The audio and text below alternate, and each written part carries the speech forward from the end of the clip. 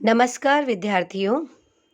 आइए आज प्राप्त करते हैं बहुत ही महत्वपूर्ण विषय आनंदम रजिस्टर के बारे में कुछ अति महत्वपूर्ण जानकारियाँ। इस वीडियो में आपके कुछ महत्वपूर्ण प्रश्न हैं जिनका समाधान होगा, जैसे कि आनंदम रजिस्टर किन को बनाना अनिवार्य है, ये रजिस्टर बनाना क्यों अनिवार्य है, आनंदम रजिस्टर किस प्रकार का हो, आनंदम रजिस्टर को कब से बनाएं, इस रजिस्टर का प्रारूप क्या हो और इसे किससे साझा करें, और इस रजिस्टर में जो प्रैक्टिकल सब्जेक्ट है उसमें 100 में से 0 अंक कब आ सकते हैं। तो सबसे पहला, किन को बनाना अनिवार्य है। जैसा कि हम सभी जानते हैं, आनंदम एक नवीन, अनिवार्य और प्रायोगिक विषय है जो कि 100 अंकों का है और ये सभी संकायों के प्रथम वर्ष के विद्यार्थियों, चाहे बीए, बीएससी, बीकॉम के साथ साथ सभी संकायों के पूर्वार्ध के विद्यार्थियों, एमए, एमएससी, एमकॉम, इनको बनाना अनिवार्य है। अब आनंदम रजिस्टर क्यों बनाना अनिवार्य है, तो सर्वप्रथम शून्य प्राप्तांक से बचने के लिए इसे बनाना अनिवार्य है। दूसरा, अधिकतम अंक प्राप्त कर श्रेणी सुधार करने के लिए भी इसे बनाना अनिवार्य है। और पुरस्कार के लिए जब सर्वश्रेष्ठ प्रोजेक्ट का नामांकन होता है तो उसमें भी आनंदम रजिस्टर को प्रस्तुत करना अनिवार्य है। इसके अलावा स्वयं में देने का भाव उत्पन्न कर सभ्य और जिम्मेदार नागरिक बनने के लिए आनंदम रजिस्टर बनाना अनिवार्य है। साथ ही परोपकार की खुशी महसूस कर आनंदमय जीवन जीने की कला सीखने के लिए भी इस रजिस्टर को बनाना अनिवार्य है।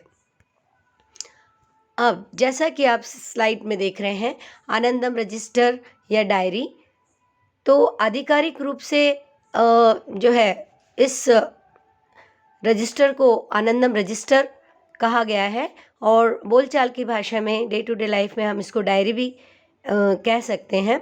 किंतु आपको कैसी बनानी है, तो जैसा कि इस चित्र में देख रहे हैं, इस तरह की कोई महंगी डायरी या रजिस्टर बनाने की आवश्यकता नहीं है, वरन मार्केट में आसानी से उपलब्ध होने वाली इस तरह की रजिस्टर आपको लेना होगा, जो स्पाइरल बाइंडिंग भी हो सकता है और इसके पेजेस जो हैं वो 280 से 300 पेजेस तक के होना पर्याप्त होगा।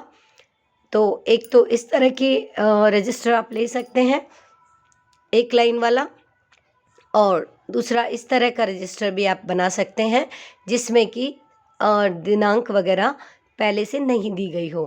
तो बहुत ही सिंपल रजिस्टर आपको बनाना है और ये 280 से लेके 300 पेजेस का पर्याप्त होगा, जिसमें कि आप अपने द्वारा प्रतिदिन की जाने वाली अच्छी गतिविधि के बारे में, अच्छे कार्य के बारे में लिखने वाले हैं। अब आनंदम रजिस्टर को कब से बनाएं, तो एक इसके 2 मुख्य बिंदु हैं। एक तो यह है कि आपका महाविद्यालय में या किसी कॉलेज में, यूनिवर्सिटी में जब से एडमिशन हुआ है उस तिथि के उपरांत से आप बनाना शुरू कर सकते हैं, अथवा जो आपके परामर्शदाता हैं या मेंटर्स हैं उनके निर्देशानुसार वो जिस तरह से आपको कहें उस तिथि से आपको ये बनाना होगा। अब आनंदम रजिस्टर का प्रारूप किस तरह का होगा, तो इसमें सर्वप्रथम आपको जैसे कि हम इस स्लाइड में देख रहे हैं, सबसे पहले आपको दिनांक डालनी होगी और फिर वार लिखेंगे आप, इसके अलावा समय लिखेंगे और स्थान, जिसमें कि कौन से गांव, शहर, कस्बे, ज़िले या राज्य में आपने काम किया, और स्थल कि किस स्थान पे आपने ये किया, जैसे कि चौराहे पे किया, सड़क पे किया या गली में किया, इस तरह से आप लिखेंगे इसमें। और फिर इसके बाद गतिविधि का वर्णन करेंगे आप कि आपने कौन सी गतिविधि की और उस लास्ट में गतिविधि से अनुभूति या लाभ क्या हुआ। जैसे कि गतिविधि के वर्णन में आप इस तरह से लिख सकते हैं, आप मार्केट गए थे और वहाँ पे कोई वृद्ध महिला आपको दिखी। वो सड़क पार करना चाह रही थी, किंतु बहुत सारी गाड़ियाँ आ रही जा रही थी, तो वो सड़क पार कर नहीं पा रही थी और आपने उसको सड़क पार करवाने में उसकी मदद की। तो ये आपकी गतिविधि हो गई, इसका विवरण हो गया, वर्णन हो गया। अब उस गतिविधि से आपको क्या अनुभूति हुई? आपको आनंद की अनुभूति हुई और लाभ क्या मिला कि आपको उस वृद्ध महिला से आशीर्वाद मिला होगा और धन्यवाद मिला होगा। तो इस तरह से आपको आनंदम रजिस्टर का प्रारूप बनाना होगा। अब इसे किससे साझा करें या शेयर करें? कि आनंदम रजिस्टर जो बनाएंगे आप उसको नियमित रूप से आपके जो परामर्शदाता है उससे शेयर करेंगे और उनके निर्देशानुसार ही आप आनंदम रजिस्टर में उनके हस्ताक्षर कराएंगे। आवश्यक रूप से जब वो आपको निर्देश दे उसके अकॉर्डिंग ही आपको ये काम करवाना होगा। और आनंदम दिवस पर जो आपने आनंदम दिवस जब मनाया जाता है तो उसमें आपने जो भी गतिविधियां की हैं उनकी चर्चा करें और उस आनंदम दिवस पर सक्रिय भागीदारी आप निभाएं। अब सबसे महत्वपूर्ण है ये बात कि आपके 100 अंकों का ये प्रश्न पत्र है, प्रैक्टिकल है, लेकिन फिर भी इसमें 0 अंक कब आ सकते हैं ये जानना आपके लिए अति उपयोगी होगा। क्योंकि अगर आपने मेहनत भी करी और फिर भी उसका परिणाम ना आए तो ये आपके लिए भी अच्छा नहीं होगा और महाविद्यालय के लिए भी। तो आपको सत्र का अंत जब होगा तो आनंदम रजिस्टर को अनिवार्य रूप से आपको संबंधित आपके जो परामर्शदाता है उन्हें जमा करवाना होगा और जमा नहीं करवाने की स्थिति में सामूहिक गतिविधि का भी आकलन नहीं किया जाएगा और लास्ट में आपको क्या होगा, 100 में से 0 अंक प्रदान कर दिए जाएंगे।